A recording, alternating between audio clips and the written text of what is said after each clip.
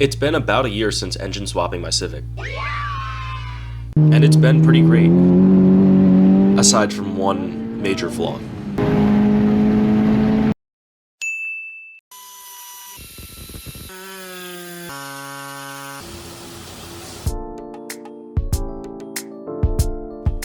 The 10th gen Civic Type R is an amazing car on track, but it suffers from one common problem, which is overheating. Now, I don't want to get too technical as to why this happens, but a lot of it has to do with the turbo and catalytic converter being so close to the radiator, and the radiator being severely undersized, as well as having a poor design where coolant flows vertically instead of horizontally. The engine in my car is from an Accord, but it suffers from the same design, and I've done everything to try and prevent this, including hood vents, catless downpipe, wrap the exhaust, I have a turbo blanket, I have an upgraded radiator, I have reverse flow coolant hoses, I have an upgraded, better flowing grill. Everything you can think of, I've done it, and I still have this problem. And I know I'm not alone. There's plenty of Type R owners who have done everything they can think of, and they're still overheating on track.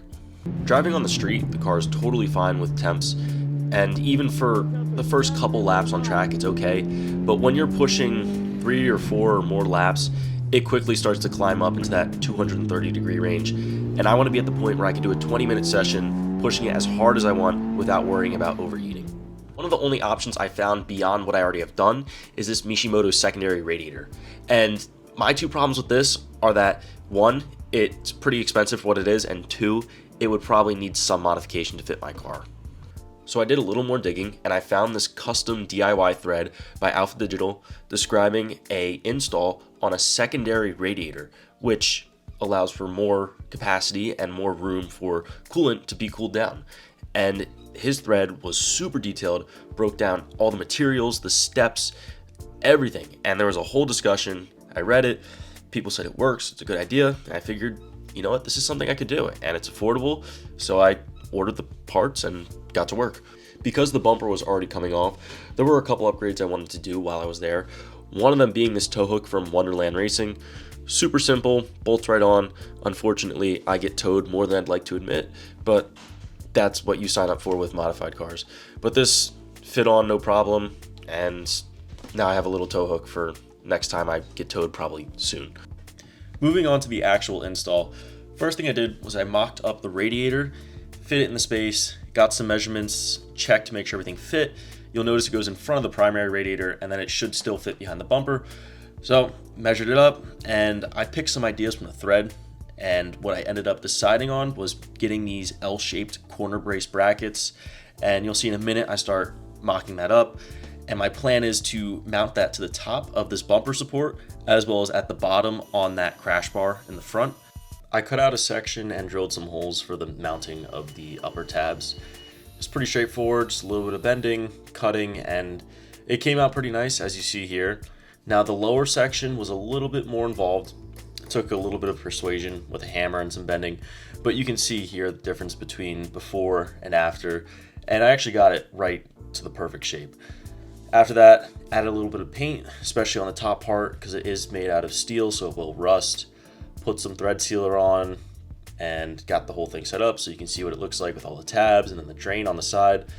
And then you got to give it a couple taps, say this baby ain't going nowhere. Now, all that's left is to route the coolant lines. But before I get to that, there is one other project that I've been planning for quite some time that I wanted to do while the bumper was off, and that is converting the fog lights into brake ducts. Now I noticed that the taper on the fog lights and the space in the wheel well is perfect to make some brake ducts. And I don't necessarily have brake issues, but they do get pretty hot and it always helps. So I got some generic ducting from Home Depot, stitched together some zip ties. It's nothing fancy, but it absolutely holds. It works. The fog light housing holds it well. And you'll see normally on a 1.5 liter, the housing or the routing of the intercooler lines is usually in the way. But in this case, after the swap, I had a ton of room in the wheel well. And you can see it worked out really well. I was able to stitch it together in the wheel well. Now, the only downside is I have to cut the zip ties every time I take the bumper off. And it's not a perfect science, but it works, and it's something that I wanted to share. The routing of the coolant lines is actually very simple. There's nothing special about it. It simply taps into where the existing coolant lines are for the heater core. So essentially, Instead of flowing directly into the firewall and for the heater core, it flows out through the radiator and then through the heater core. So again, nothing special, no drilling. You're simply removing lines and plugging in new ones. Did a vacuum bleed on the system afterwards, and after that, car was good to go. So what are my first impressions on driving it? Immediately, the car runs cooler. Now, admittedly, I haven't been on track, so I haven't been able to really push it, but the car already runs cooler. After a couple pulls, cool temps stay steady, whereas normally they would gradually climb. Here, stays nice and flat.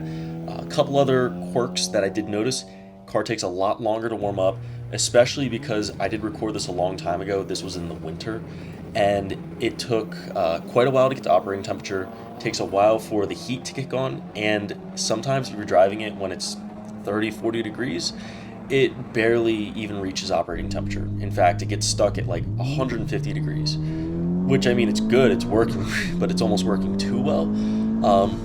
Either way, the goal of getting the car to run cooler, it is working. So I'm really curious to see how this will work on track. I'm sure it's going to make a big difference after seeing what I've seen, but we'll find out when that time comes. Now, I want to make a couple other notes just for really my long-term subscribers. There's a few other things I did that I didn't note. I lowered my intercooler, I fixed part of my intake, and there's actually quite a bit that's been going on in the background. I haven't uploaded in quite some time, and unfortunately I just haven't had the time for this type of stuff.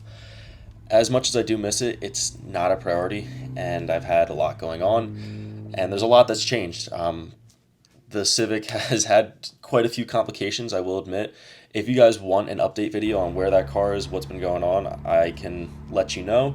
Long story short, more issues with the axles, issues with lights, and a lot of just different issues coming up.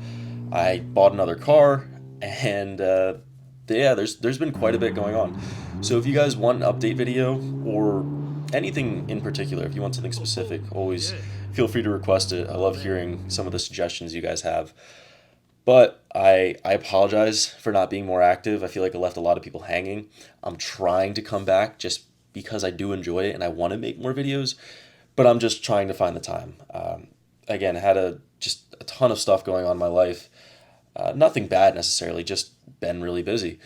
And again, if you guys want to see a video more on like an update, let me know, and I hopefully will get back to this soon. And thank you for watching.